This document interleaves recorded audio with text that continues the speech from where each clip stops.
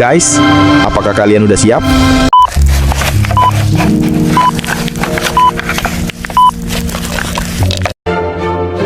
My dears, apakah alasan utama perceraian?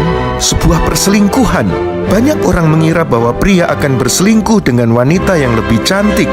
Banyak orang mengira bahwa wanita akan berselingkuh demi pria yang lebih mapan. Itu bukan masalah utama. Pria berselingkuh karena kedekatan emosional dengan wanita lain yang sudah tidak ditemukan dari istrinya. Pria ingin dihargai, pria butuh dikagumi. Pria berselingkuh dengan wanita yang bisa memuji dan mengagumi kerja kerasnya. Sebaliknya, wanita berselingkuh karena kesendirian. Wanita ingin diperhatikan dan diinginkan. Wanita berselingkuh dengan pria yang memberi perhatian dan kebersamaan. Namun, kamu tidaklah demikian.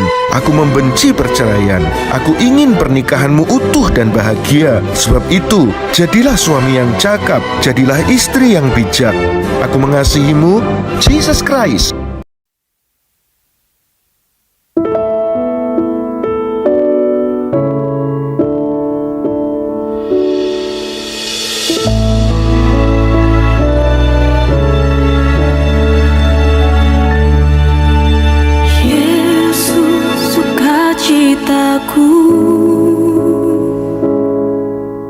Yesus kekuatanku,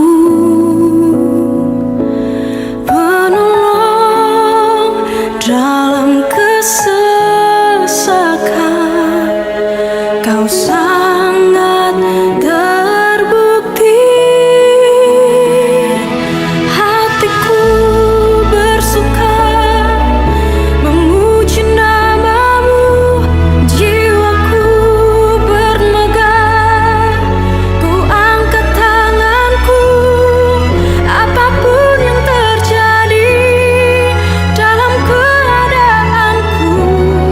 Sukacitaku hanya di dalam-Mu.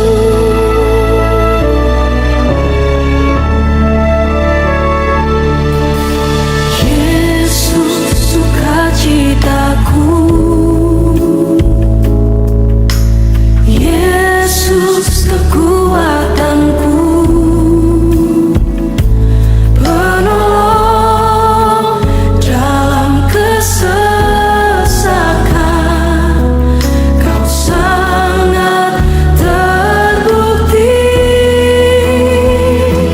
Hatiku bersuka memuji nama-Mu, jiwaku bermegah.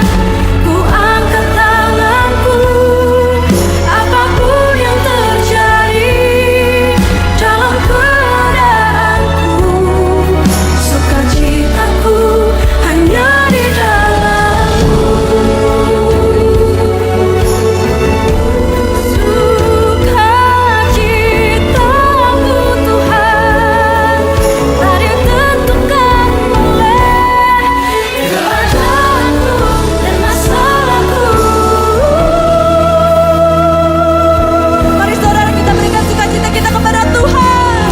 Hatiku bersuka memuji nama-Mu, jiwaku bermegah.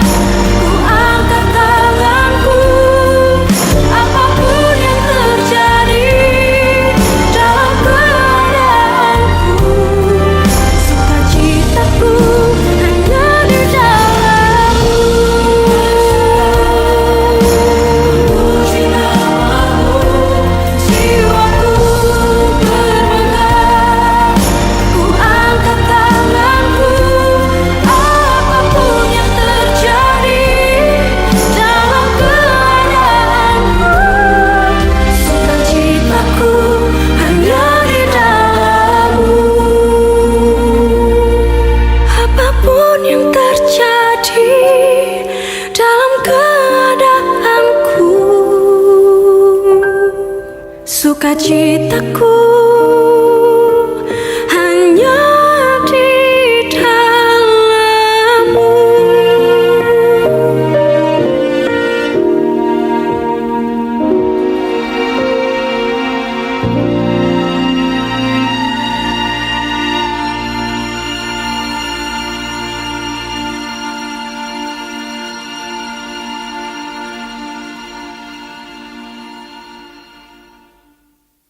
Shalom saudara semua yang dicintai oleh Yesus.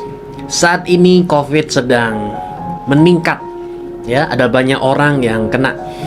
Tapi saya mau berkata bahwa kita masih punya Yesus Kristus. Tetaplah tenang, jangan takut, jangan khawatir. Ya, jangan panik.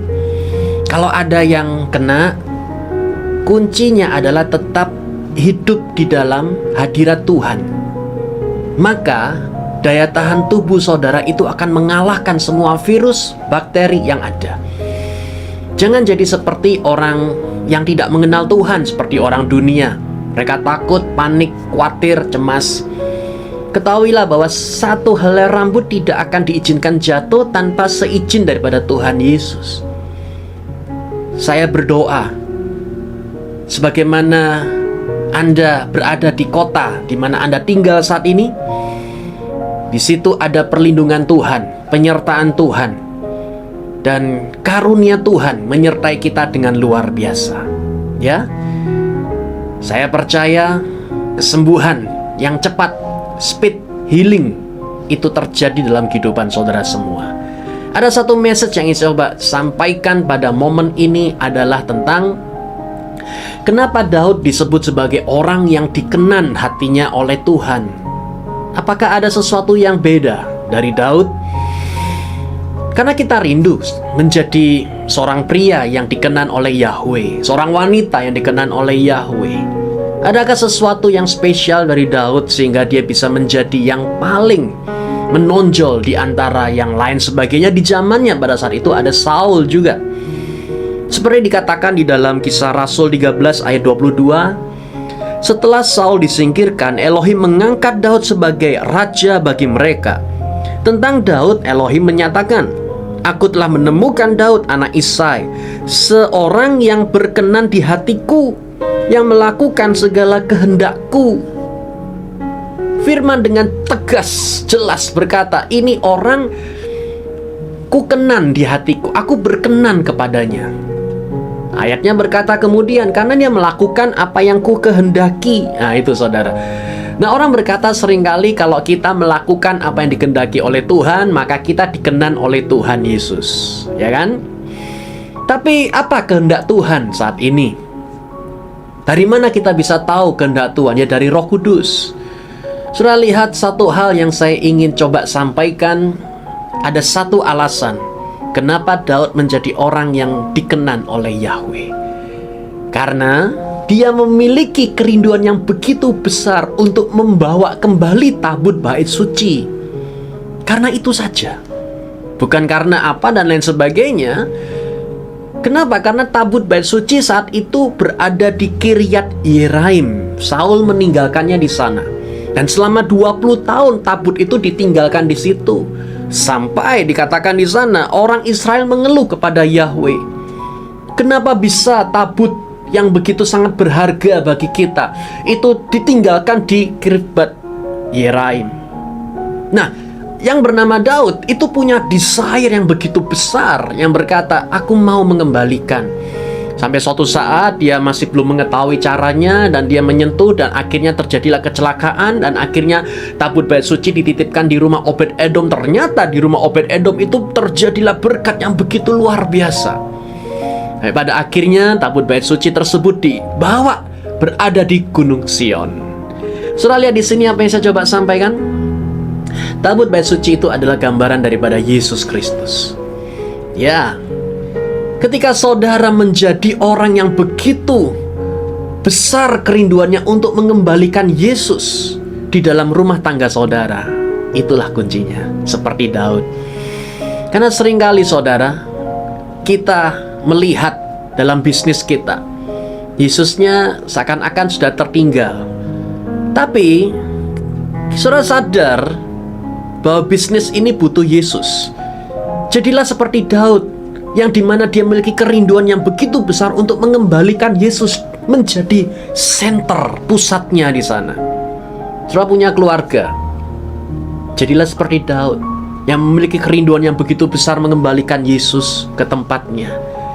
Saudara punya pelayanan, kadang-kala pelayanan itu kita bisa menjadi terjebak di dalam aktivitas kerohanian, sehingga kita seakan-akan tidak mengalami perjumpaan dengan Yesus lagi. Namun saudara merasa bahwa ini tidak bisa. Seperti Daud, saudara berkata, aku punya kerinduan yang begitu besar untuk mengembalikan Yesus untuk menjadi pusat atas kehidupan pelayanan tersebut. Saudara lihat, apa yang saya coba sampaikan di sini adalah, jikalau Yesus ada di tempat yang dimana itu tempat berharga bagi kita, saudara akan menyadari ada perlindungan, ada berkat, ada anugerah. Karena di luar Yesus kita tidak bisa berbuat apa-apa, tapi di dalam Yesus kita akan berbuah banyak, menerima banyak, dan mengalami yang terbaik. Oleh karena anugerah Tuhan dinyatakan dalam kehidupan kita. Jadi pada momen kali ini, saudara silakan sharing ya, satunya yang lain. Pengalaman, saya sangat yakin saudara pernah mengalami di mana Anda hidup tanpa Yesus dengan ketika Anda hidup bersama dengan Yesus. Daud memiliki kerinduan yang begitu besar untuk mengembalikan tabut bait suci. Apakah saudara punya kerinduan yang begitu besar untuk mengembalikan Yesus kembali ke dalam kehidupan pribadi saudara? Lihat dan perhatikanlah, hidup Anda tidak akan lagi menjadi sama. Yesus bukan datang untuk membawa agama, tapi Yesus datang membawa hubungan, sebuah perjumpaan yang sangat dapat mengubah kehidupan kita. Dalam nama Yesus, kita semua alami perjumpaan dengan Yesus. Yesus Masiah, bless you. Sudah bertahun-tahun sebuah pohon jeruk di taman itu bertumbuh, namun tetap kerdil, tak pernah berbuah. Akhirnya sang pemilik menemukan penyebabnya.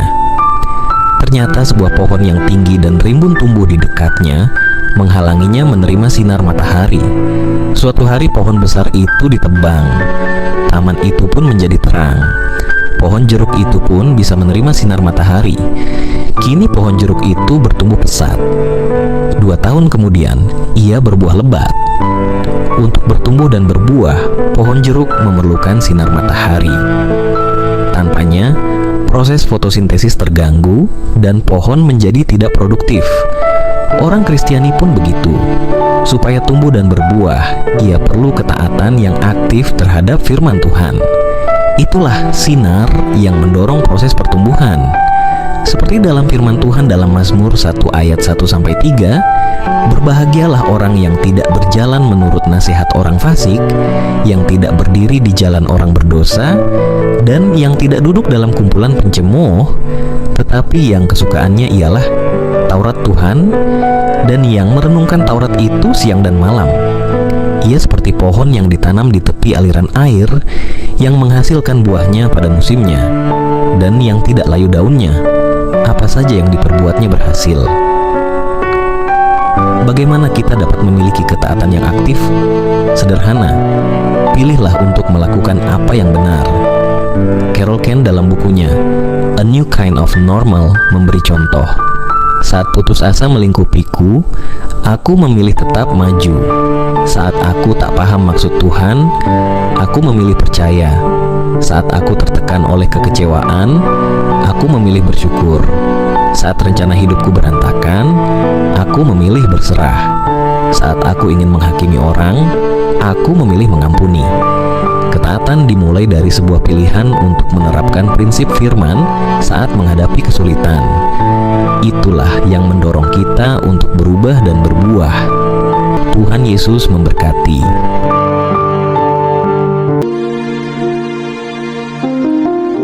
Di 1 Raja-Raja 17, Nabi Elia diperintahkan Tuhan untuk menubuatkan bahwa akan ada kekeringan selama bertahun-tahun, dan Elia harus melalui masa-masa kelaparan pada waktu itu.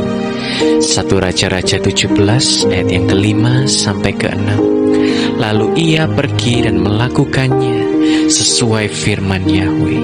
Maka ia pergi dan tinggal di tepi sungai Kerit di seberang Yordan. Maka burung-burung gagak membawa roti dan daging kepadanya pada waktu pagi, serta roti dan daging pada waktu petang.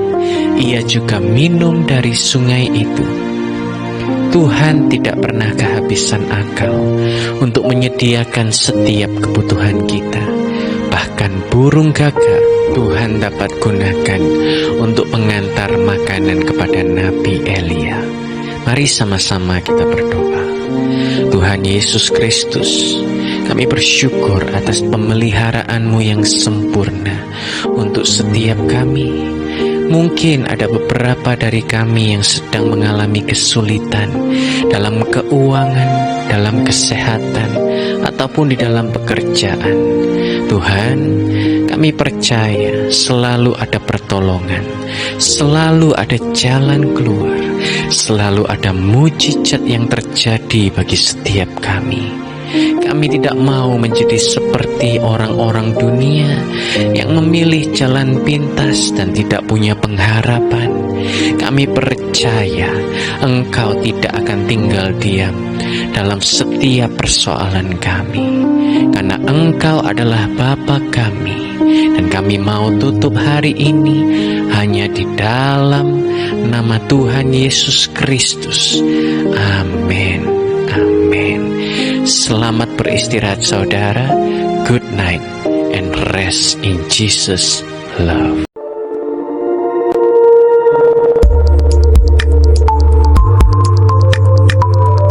Guys, terima kasih udah mau nonton ya.